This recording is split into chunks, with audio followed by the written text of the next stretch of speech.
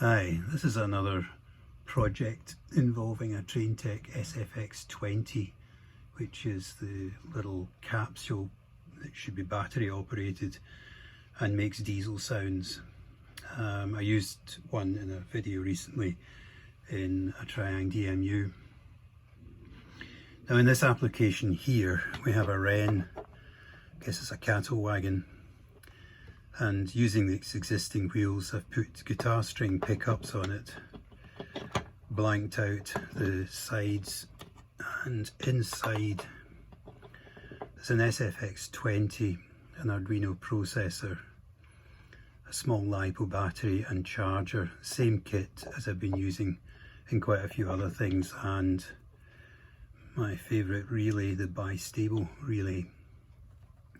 The SFX20, in common I think with all of the sound capsules, is only capable of detecting whether the locomotive is running or not. And what I've done here is simulated that running by replacing the vibrator sensor on the SFX20 with an open collector transistor that's driven from the Arduino. The Arduino is also able to detect whether the track power is on or off, and it assumes that when the track power is on, the locomotive is in motion, and so it sends a signal to the SFX20 to simulate vibration. If I can find a battery, if there's enough voltage in it, it might actually work at that. So, oh, there we go, it's just triggered. So at the moment the processor is measuring time and the locomotive is stationary, and if left for long enough it waits till the SFX20 is timed out. It doesn't know if it has or not, but it takes about 65 seconds, so the processor waits a little longer than that and then shuts down as well.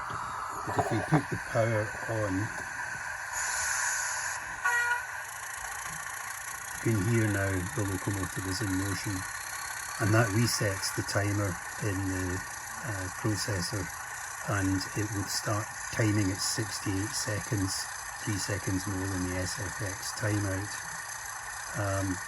when power is disconnected. And you can hear power is disconnected and it's going back to tick over.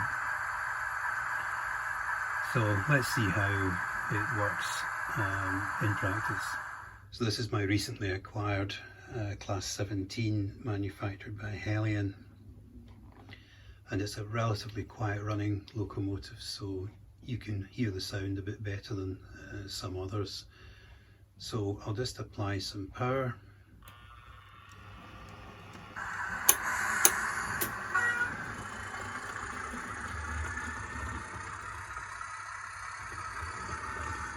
You can hear the locomotive is in motion and the SFX is behaving accordingly. And that's now returned to tick over.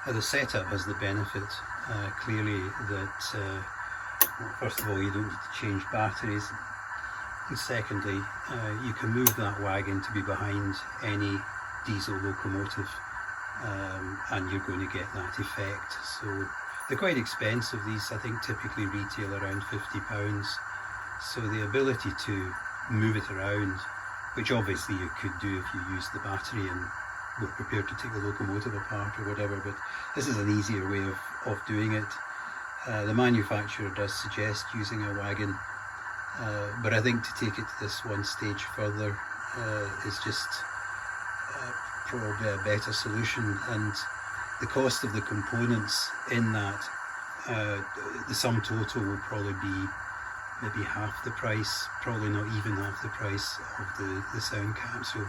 So it's not really a big overhead.